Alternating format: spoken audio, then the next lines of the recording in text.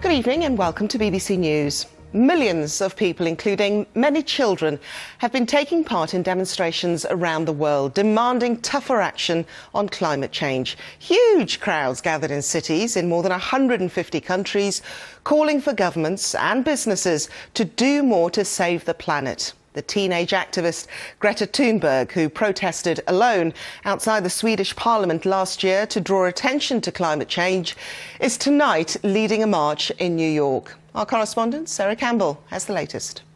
What do we want? Climate justice! When do we want it? Now! The Arctic could melt, many animals could go extinct, and everyone could die. Stop climate change! Stop climate change! My generation is terrified. Some of us are already thinking of not having children, of starting families. When do we want change? When do we want it? Now! Right now, we don't feel the difference. Doesn't mean there are other people in poverty and in third world countries that aren't feeling that difference. And it's up to us to put a stop to it. Young and old took over the streets around Parliament in London and in towns and cities across the UK, marching in Glasgow and Aberystwyth, cycling in Nottingham, demonstrating in Belfast, Bristol and Birmingham. This was about children and young people mobilising adults into action. I hope they'll listen to us and realise that we really need a change. I've never been a protester before, but we have to act now, otherwise it's just too late.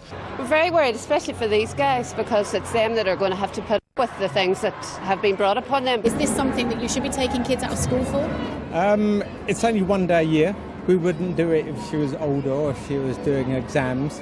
All these people are protesting, like all the adults. We want to help. It's not just protest the adults that should protest, it's the kids, because it's actually our future anyway.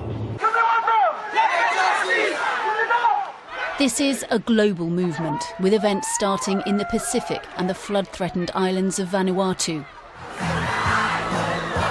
In Australia, thousands took part in rallies and marches, as they did in South Africa, which has recently experienced severe droughts and flooding.